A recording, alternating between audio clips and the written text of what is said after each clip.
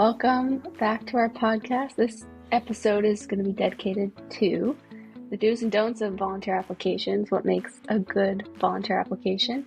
And we're back with Mark, president and co-founder of Volunteer Matters. Hi, Sophia. Hello. So volunteer applications. It's a hot topic. This question comes up a lot. From volunteer coordinators. They're like, what the heck do I put in my application? Well, I'll tell you that one of the biggest mistakes I see in volunteer applications is continuously using the same application form or just continuously adding to what they used to do and putting new stuff on top of what they do now. And in a lot of cases, we talk to people where their application form is like a decade old.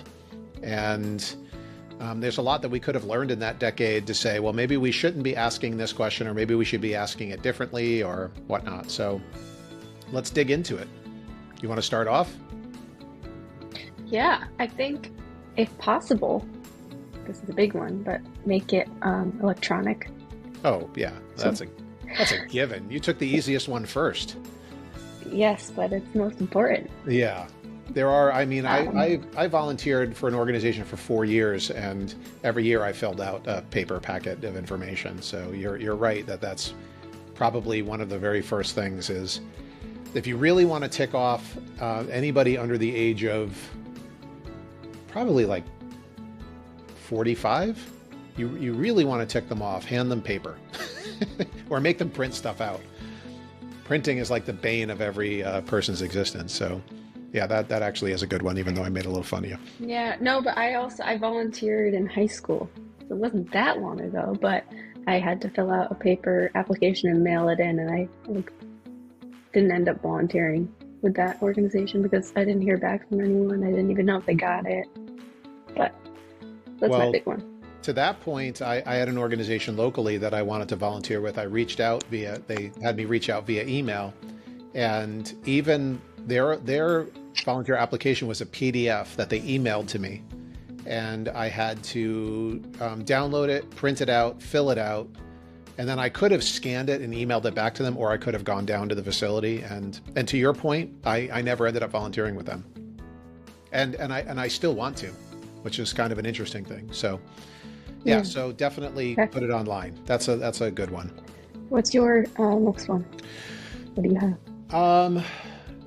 I think that a general review of each of the questions you're currently asking, and for each question, say, is this a must know? Is this a good to know? Or is this a nice to know? And in that process, I would start out by saying, eliminate at first everything that is not a must have, and then have a conversation about whether or not you want to add it back in, any one of those things back in, because we don't, and also when. So there's this idea of we don't want to overburden anybody. We don't want to overburden the volunteer. We don't want to overburden a staff person who is supposed to be reviewing these things. And in general, we just don't want to be doing things that we don't need to be doing across the board. And a lot of the times we will see questions on there on application forms in particular. And we'll get more into like things other than just the application form, like, signing waivers and background checks and all that sort of stuff. But I generally see questions being asked that nobody actually even uses once they get the information. It's like a lot of them end up falling in the nice to know category, which is there's nothing wrong with things that are nice to know, but sometimes they can be a barrier to engagement for a volunteer who looks at an application form and it's like 5 pages long. So how about you? What's your next one? Well, assuming that this application's online, I think that looking at the structure of the questions is important. So if everything's open-ended or like an open text field, people could be putting anything in those fields, and it makes it more difficult for someone to sort through the data and like reporting. So I would say when possible, make it a drop-down field with like different choices, and it makes it a lot easier for the volunteer too. Like you just said, it cuts the time of the application down significantly. They can just and then it makes something. the responses much more usable. Like one of the questions I've seen a lot through the years is something like, please describe why you would like to volunteer here, you know? And it's like, well, that's really interesting to know, but it's very hard to reference later on. It's like only the first person who got the application will read that. But if somebody said, let's say that you are an organization that does cancer awareness research funding, right? And the answer to that question is well, I have a family member who dealt with this disease, or I work in the field, or you know, whatever the reason may be. Once you do have a narrative, like sometimes we use narratives because we don't know what the expected responses are, but after a while, you're going to start seeing commonalities, and then you can put them into different categories and start saying, like Sophia said, just have them select one or select many from a list of the most popular ones. And then later on, they're really easy to recall, report on, filter contacts based on them. So like as a simple example, let's say that I said to somebody, please describe to me your favorite type of pizza, right? And somebody answered it, oh, I love pizza when it's just fresh out of the oven. It's got gooey cheese and maybe some pepperoni on there would be really fantastic. I prefer deep dish over, and they write this whole narrative out. I know this is a silly example, but bear with me. They help though, they help. Yeah. Then you could just say, like, what are your favorite types of pizza? And you can say thin crust, deep dish, you know, Sicilian, you know, whatever it is. And then you could say, and what are your favorite toppings? And somebody can say, I love anchovies, I love pepperoni, right? And then later on, if you wanted to get all people that like deep dish pepperoni, it would be really easy to do. But if it's a narrative, you're doing things like saying, well, give me all people where they just in their description the word contained deep and pepperoni. But the other problem with write-ins is, even if you want to keep them short, like you say, what's your favorite topping? And somebody says anchovies but misspells it, or instead of peppers they put green peppers or red peppers or you know, sweet peppers. There's no way for me to really go and get that data out in any meaningful way. So to Sophia's point, any sort of narrative that you're asking people to write out is usually, all of its value diminishes the second that the first person reads that application. And it's more cumbersome for the volunteer to fill it out, and it's more cumbersome for the administrator to read it. So that's definitely something where try to eliminate that at all costs, unless it's, you know, absolutely necessary. I think I sort of hoarded in on yours, so I'll give you another. Well, yeah, I would just have one more thing on that. I always tell customers that people run when they see that they have to type in something. It's like a lot of people get writer's block, like when they're trying to write an essay. So it's similar in that, like, oh, I have to come up with these answers. It makes it more difficult. But there's an anxiety around it. Like people writing, they have anxiety around it. So the more you can have them pick and choose, the better. All right, what else you have? I don't know if we said this exactly, but make it as short as possible. There's a balance between collecting all the data that you actually need and like making it simple. So like everything you need, but don't make it excessively long. Finding the balance is important. Yeah, there's a bit of artistry in this. Like, and some of this gets into the technical from a user experience. Is let's just say that you have 30 questions and all of them are must-haves in your application form.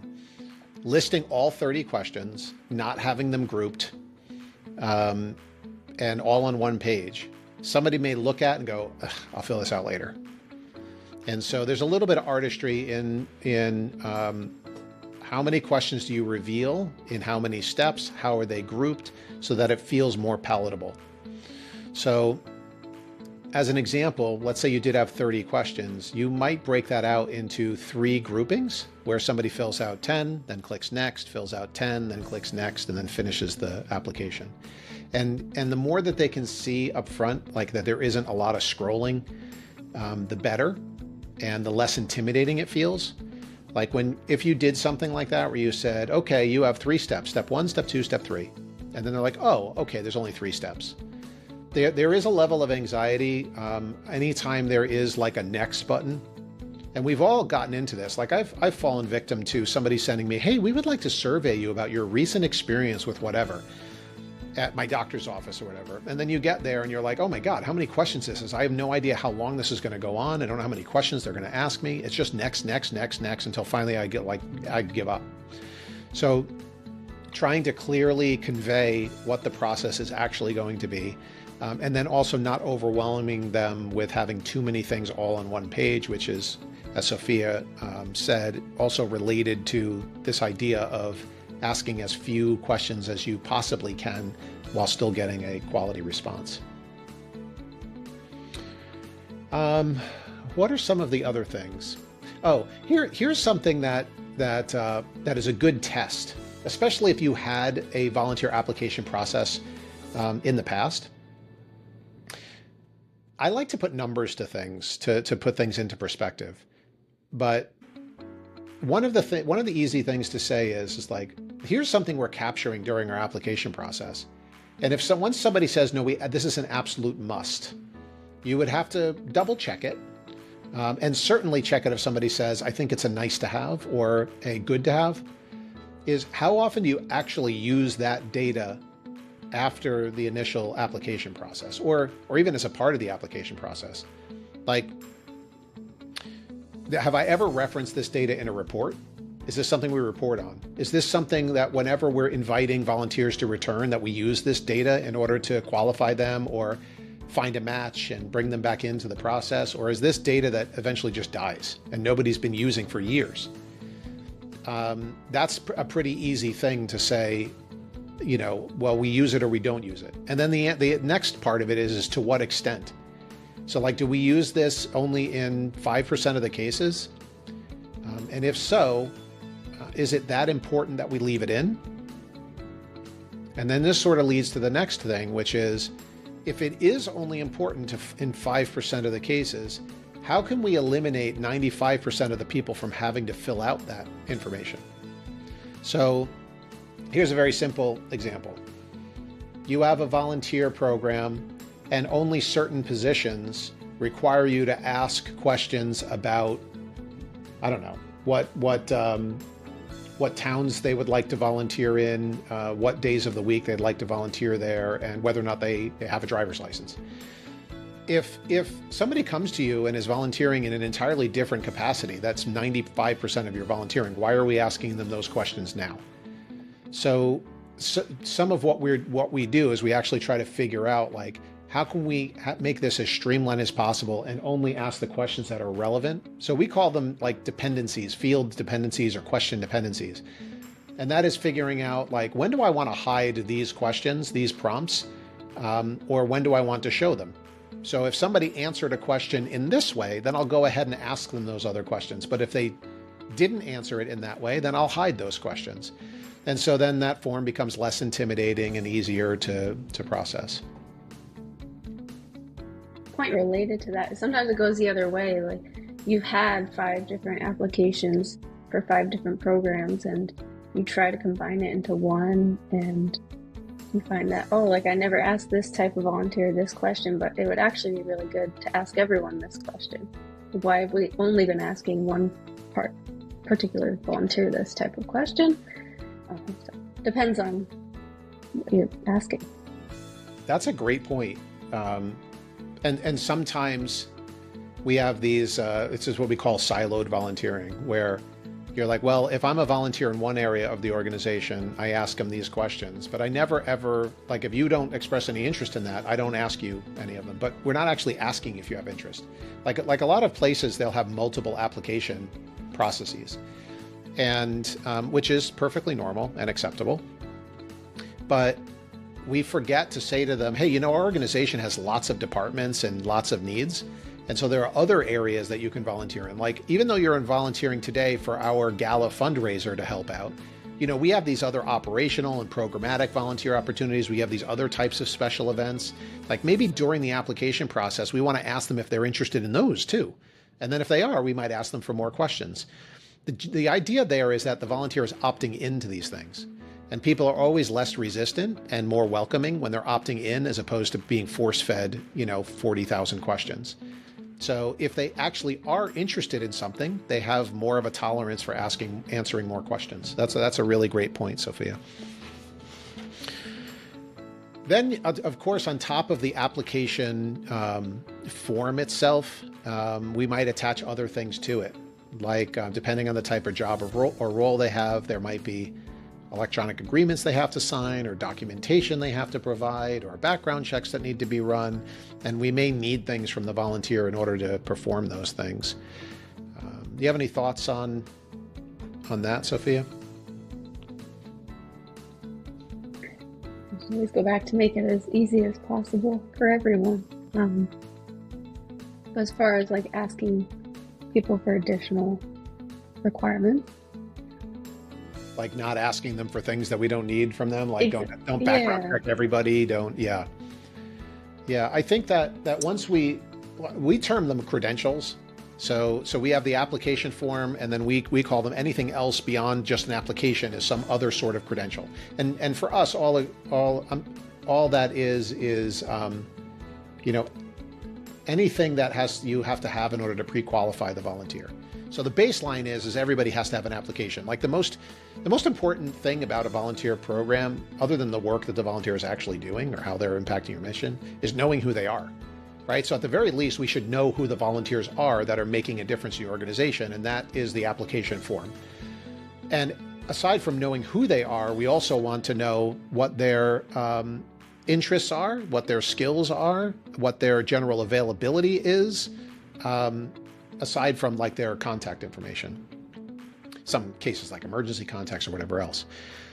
And then aside from that, like what are the other prerequisites in order for them to volunteer? So like and that's what we call credentials. So almost every customer that we have has at least a liability waiver or some sort of waiver or agreement, or even several agreements that they have to electronically sign. So it might be a liability waiver, it might be a social media policy, it might be a photography release, it might be a volunteer code of conduct statement, right? So there are some sort of agreements. So any thoughts on agreements, Sophia, that you can think of that would be good best practices?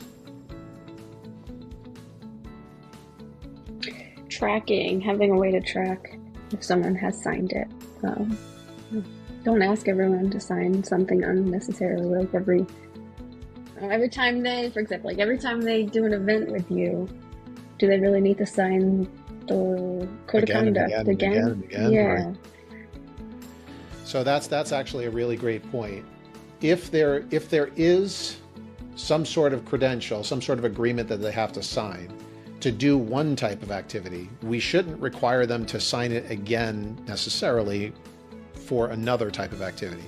You might determine, how long, when they have to re-sign them. Like there may be a policy surrounding that, but for the most part, if they signed this and they're within that period where it's good for, they shouldn't have to re-sign it again. So having volunteers repeat anything is a major barrier, and also makes the volunteers start to feel like, do they even really know me? I've filled this thing out so many times. Like every time I come and do this, I've done this for 4 times a year for the last 4 years, and every time they make me sign the same thing. So that's a great point. I think the reason that happens is because they just don't have a way to track it. And so it's just easier for someone everyone has to do it again, But that brings up a great pitfall. When somebody says it's easier, my next question in my brain, at least, is always for who?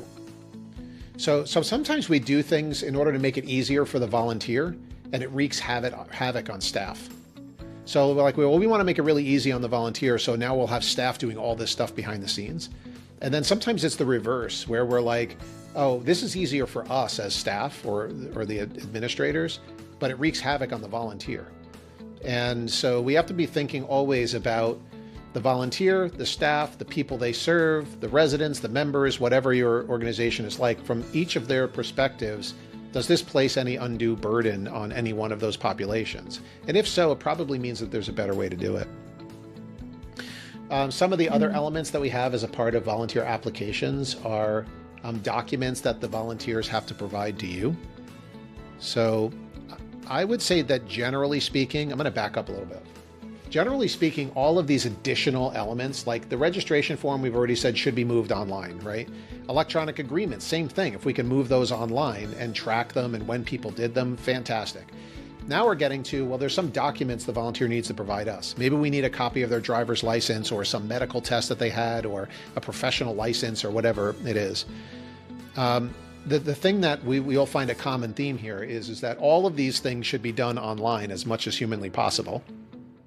And it should be done in one place as much as possible, so that you're not telling the volunteer, go here to do this, go there to do that, go over to this other place. Because every time you do that, it increases significantly the possibility that the volunteer will not do that, and that you're going to at least have to remind them 2, 3, 4, 5 infinity numbers of times to go ahead and do that, because you're making it more complicated for them. You know, they're like, oh, I went to 3 different places and I forgot to go to the 4th. I thought I did that already. You're like, no, that was for this other thing. So the second one is documents. Again, it would be great if they could submit those documents to you electronically. I would say that if you have the tools to do it, that if there's documents that they have to submit, it is also very helpful if you have some sort of mobile capacity for people to snap pictures of it and upload it. That's another big one that makes it a heck of a lot easier. If somebody needs to give you a copy of their driver's license, if you have some sort of tool or way where they can snap a picture of it and upload it, they're much more likely to do that, as opposed to like having to scan it or download something, fill it out, take pictures of it, convert it to a PDF, email it to somebody. Like, that sounds awful. And that's when you'll be chasing people for that sort of stuff. So documents are another one. What else? We've got good old background checks. Good old background checks. So background checks we can do an entire episode on.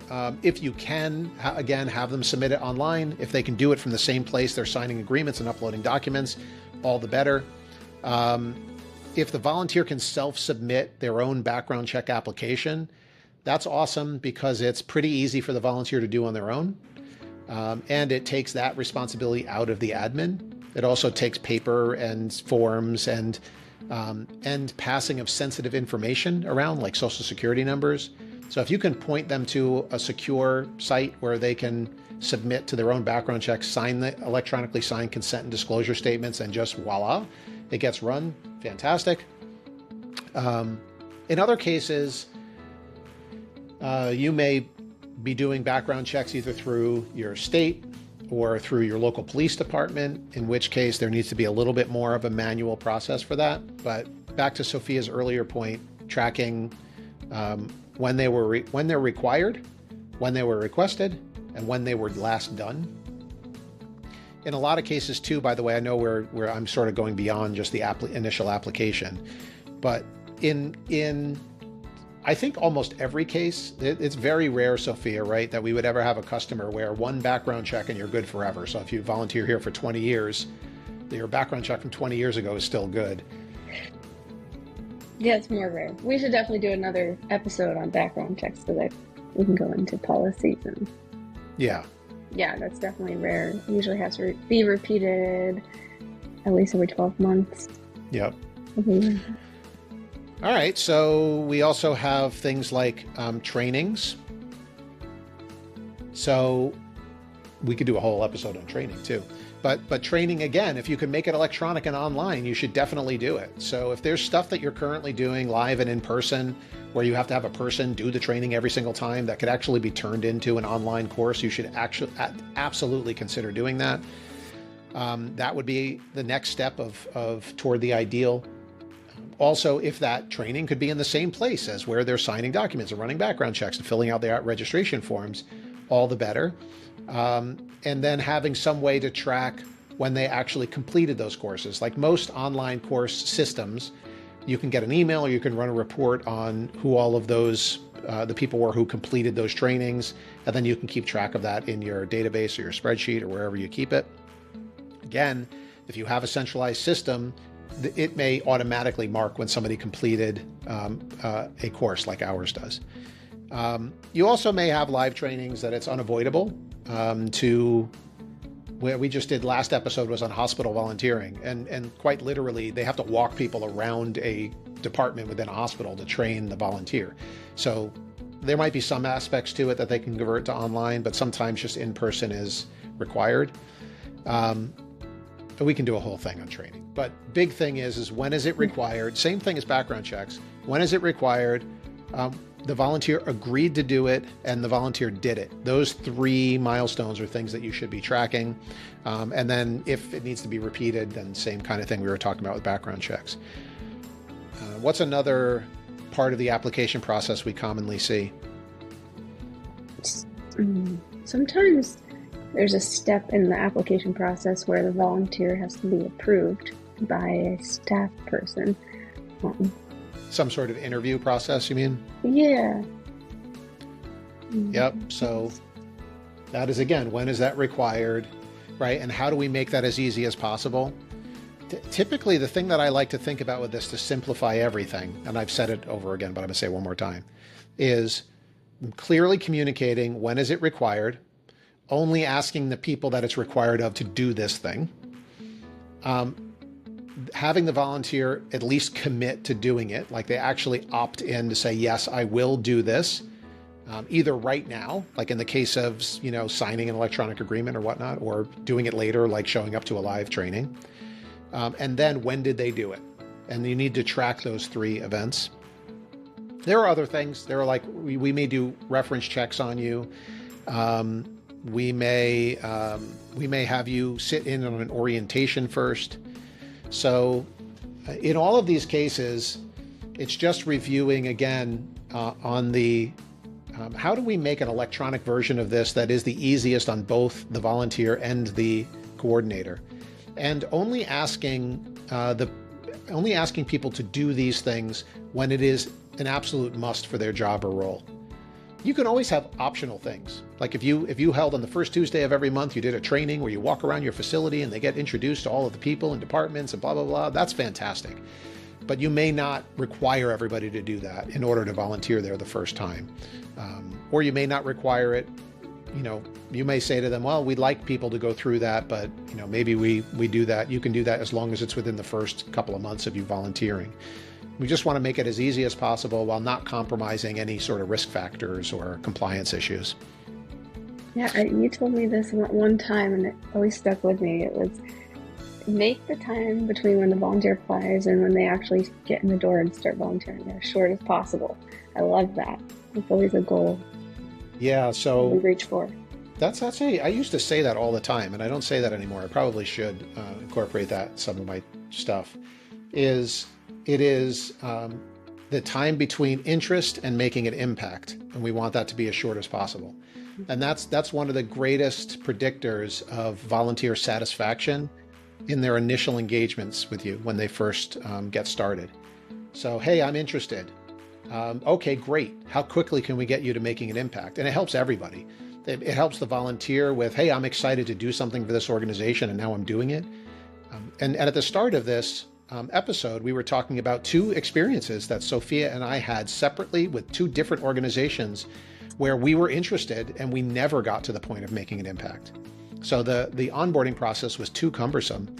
And so obviously, if we eventually had done something, it still may have been like, well, geez, that was rough. But if we can shorten that timeline, that also means that the organization isn't spending all of that money, to be quite blunt about it, with staff running around trying to get things done, maybe frustrating the volunteer or at least diminishing the volunteer's experience. So shortening that timeline is actually a good metric. Not that we want to be reckless and be like, hey, want to volunteer in a hospital ER? Sure, come on in tomorrow, But it is generally a good metric to say the quicker we can do all of the appropriate and necessary steps, the better off we are. So how can we cut that time down? And more than likely, we're finding ways in which that we can just be more efficient. And sometimes, most times in our efficiency, we actually get better at it.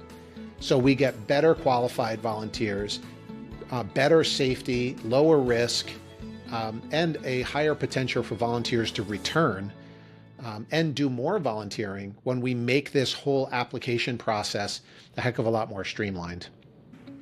So I'm good with that. I think we should end it there, Sophia. How you feeling about that? Yeah, I mean, there was one more thing I wanted to add Oh, add, here. please. Okay, all right, so here we go.